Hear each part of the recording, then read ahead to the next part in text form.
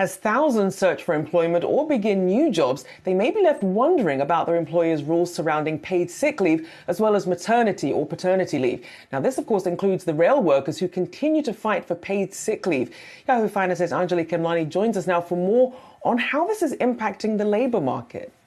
That's right, Rochelle. We know that because of what happened with the rail workers, there's increased and renewed attention on paid sick leave. In fact, President Joe Biden just yesterday commenting on this as a result of the deal that was made. Take a listen. I made it really clear I'm going to continue to fight for paid leave for not only rail workers, but for all American workers.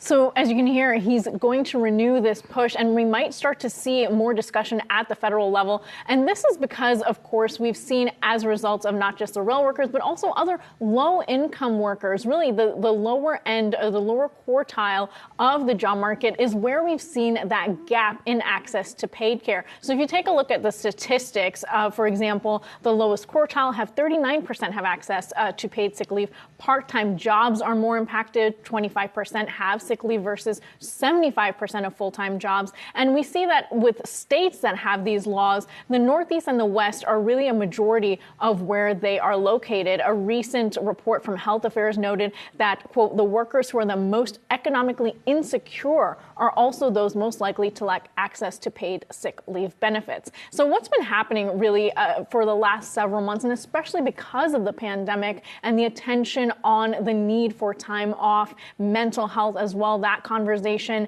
there's been a lot of discussion about different types of leave and how companies can better cater to employees. There are discussions about things like unlimited paid time off, previously really just relegated to executives, and now a discussion among the general population. Caregiver leave, for example, AARP is tracking that. Some states have started to put that on the books. And of course, maternity, paternity, and family leave as well. That's really been increasing as a topic of conversation. And the U.S. lags other Western countries, especially Europe, in having those laws on the books nationwide. So it's really a topic of discussion that has been long overdue, something that we might see moving ahead because of what happened with the rail workers.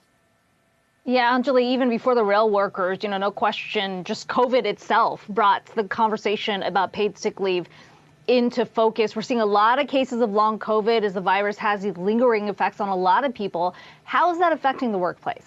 Right now, that's something that the Bureau of Labor Statistics is starting to track. As of last month, they added questions that included whether someone had to work from home, was using teleworking, and whether or not that was because of COVID or not. We've started to see that there have been questions really since the beginning of the year of whether or not COVID is impacting the labor force and who is showing up at work, how much time off is needed. And we're starting to see that increasingly, as we know with what happened, with the supply chain constraints, that the more workers that are taking time off because of a need to do so, either because of COVID or because of the other respiratory viruses, especially around this time of year. So it's going to be interesting to see how that data collection pans out and whether or not we start to more accurately track long COVID in particular and differentiate between just the time off needed for COVID as well as the lingering impact of COVID right now. We know it's been impacting the workforce, but the data is still really scant out there.